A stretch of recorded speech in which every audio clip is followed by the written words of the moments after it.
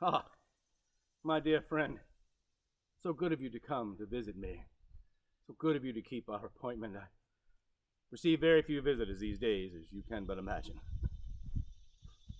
It's a wonder you were able to make your way through the crowd at all. Oh, yes. They gather daily in front of my home, common rabble. They gather together and they cry out for justice. What could they possibly know of it? They malign my good name is what, sir? And the Gazette, the insidious things they insist upon printing about me are unbelievable, sir, outrageous. They are saying I murdered him. Robert Rutledge is dead, sire of bastards. Deserved to die. You didn't know him, did you? The man was a commoner, an upstart, nothing more. How dare he consider himself a peer? His lack of manners showed him to be a country Presbyterian who would not know the code of a gentleman. But I do fear, sir, that his death has all but ruined me. And one day, my life has ended. I was come from my property along the New River. As you know, I own a lead mine enterprise there in the New River Valley. It's making my way home to Williamsburg, traveling with 2 companions and our servants and so forth. A rather warm day, as you can imagine. By the late afternoon, we were moving through Cumberland County. We're traveling on the middle road. And I tell you, sir, by the time we reached Mosby's Tavern, you are familiar with Mr. Benjamin Mosby's public house? By the time we reached Mosby's, we were all in desperate need of a good hearty meal and something wet to warm our souls. Indeed, we stopped, we received our accommodations. Later in the evening, we repaired to the tap room.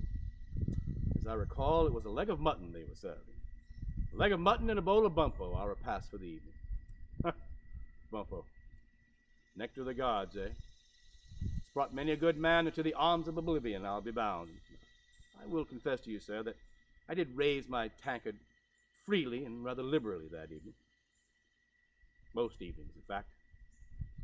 It is an excellent method for relaxing the complexities of the mind, shall we say. I digress. We were there in the tavern there for the evening, and I think, sir, you will agree with me when I say that after such an arduous day's journey, there's nothing quite as comfortable, nothing more agreeable than a cozy tap room, all aglow from a crackling wood fire, the evening shadows slowly making their way into the chimney corner. Good company, good food, a pint and a pipe. That's all a man truly needs to be happy. He was seated at a table across the corner, chattering away with our companion, Scottish whelp. Now, they too seemed to be imbibing rather freely from Mr. Mosby's stock of spirits. Oh yes, I knew him. Robert Rutledge. I've heard it said that this Scotsman and I were friends, companions even. Well, that certainly is a stretch of the imagination, sir, but I did know him. He was from Scotland, new to Virginia. He's a merchant. He owned some acreage in Prince Edward County, I do believe, but a member of the gentry here in Virginia, he certainly was not, sir. Although he seemed to have a much higher opinion of himself than was warranted. The man was a commoner, nothing more. In truth, I hardly noticed his presence there in the tavern. When the evening wore on, our repast complete, a bowl of bumpo not yet half empty, my companions and I sought to do just that.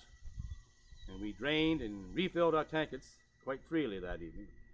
We raised our tankards, I remember, and we drank a toast to King George, God bless him. And we toasted the governor. And we toasted quite a few luminaries that evening, as I recall. It was the liquor, so it put us all quite at ease. And of course, the more we drank, the more at ease we became.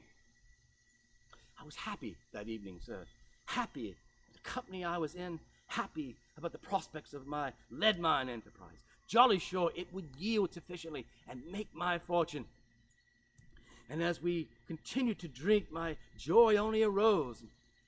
I will confess to you, sir, that I did allow myself to utter certain oaths due to the general gaiety of the evening. In rather a loud voice, I shouldn't wonder.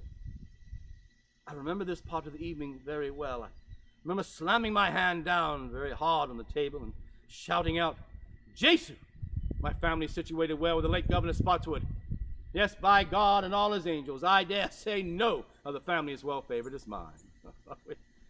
We laughed, we sang, we enjoyed our drinks. Truly, it was a fine evening. But it wasn't to last.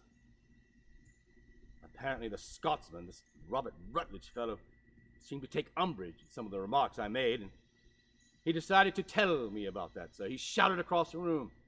He intruded upon my evening. Truly, I tell you, sir, that was his first mistake.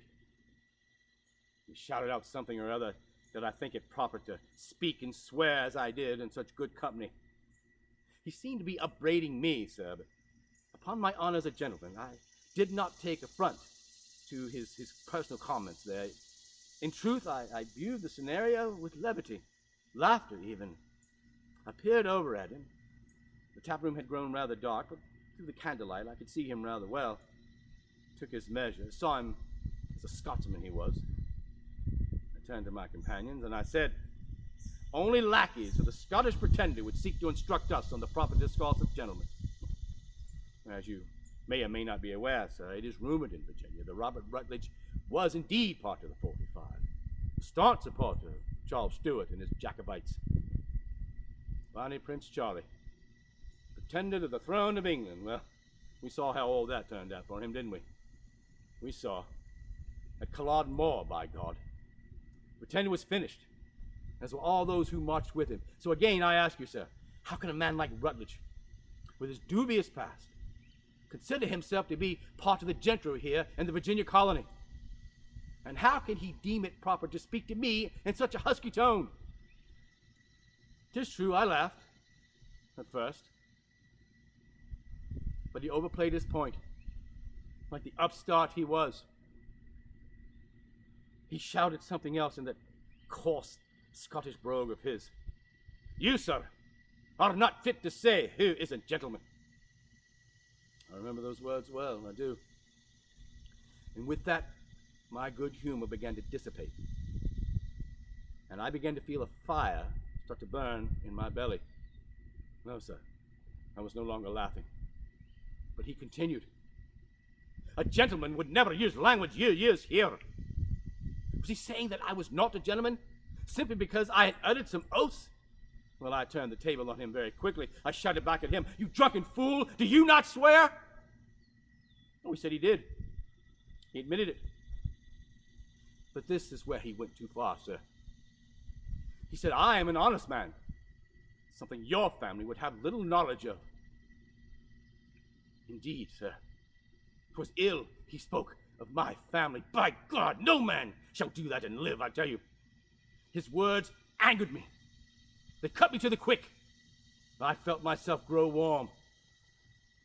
I slowly began to rise, my gaze fixed now upon his roguish face. One of my companions laid a hand on my shoulder, apparently attempting to restrain me. I shook him off. Now I was going to stand and face this drunken lout.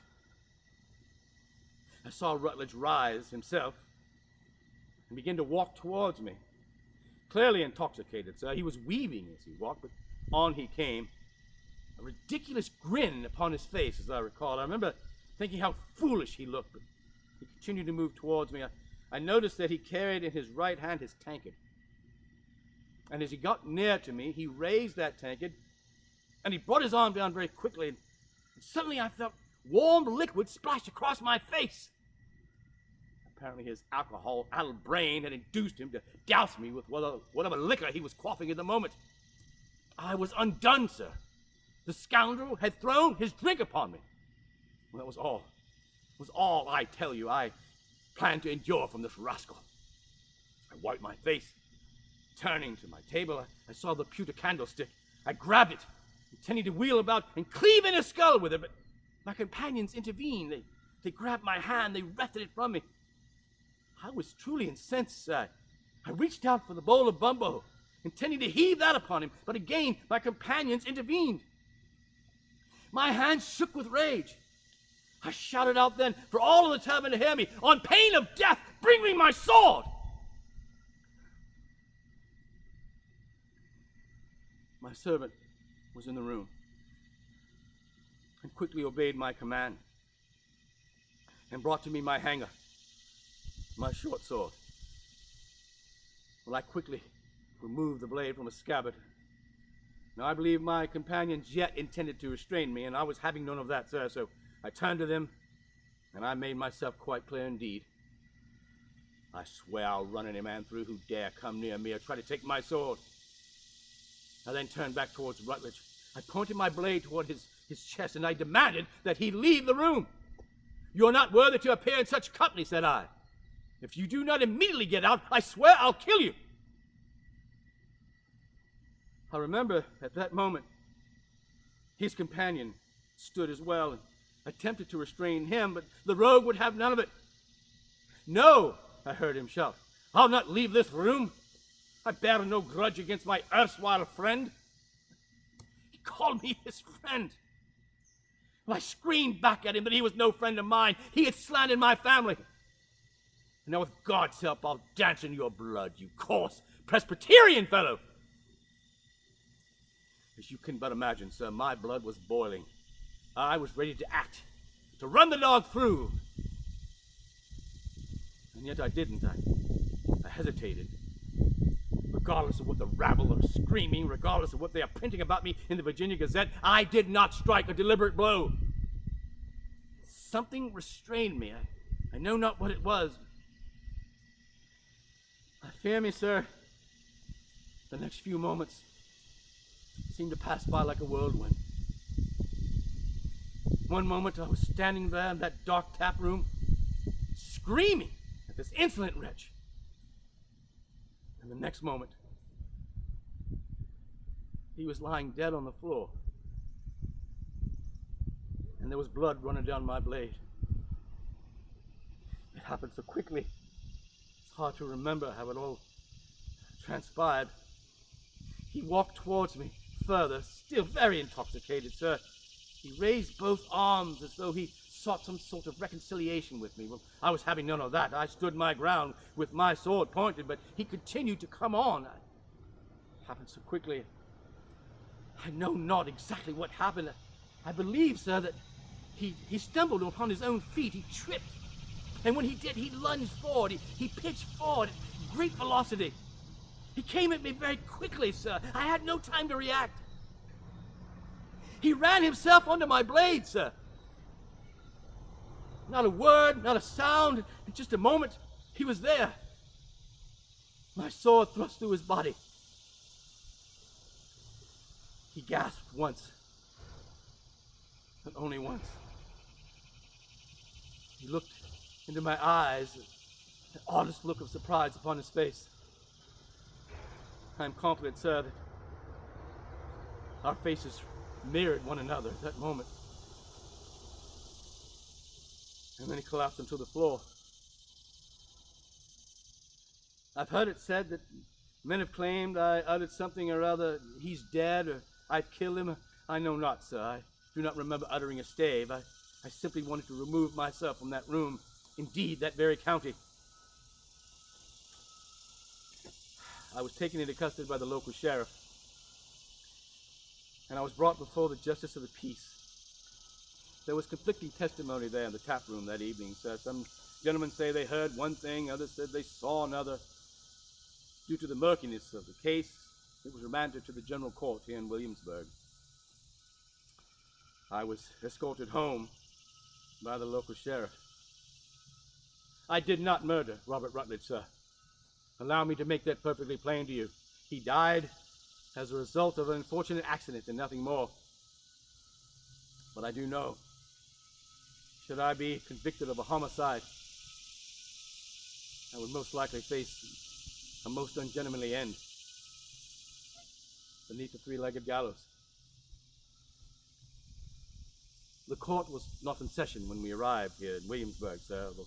There were 3 justices who were still in the city, and they had taken a keen interest in my case, particularly the question of bond. You know of English law that anyone accused of a homicide is not allowed to post a bond. They must await their trial in whatever local jail there is. So happens these 3 justices are business associates of mine, sir. Companions, good friends all. You know them.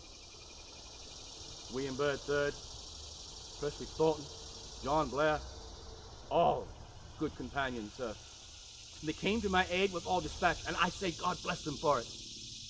They questioned the sheriff, my attorney. They spoke with Mr. George Witt, the eminent legal mind in the colony of Virginia.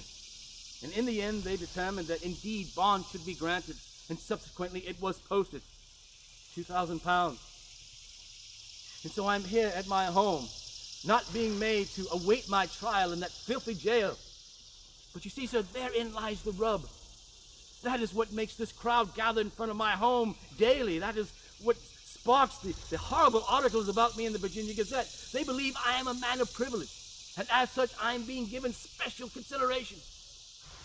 Special treatment for special born, they say.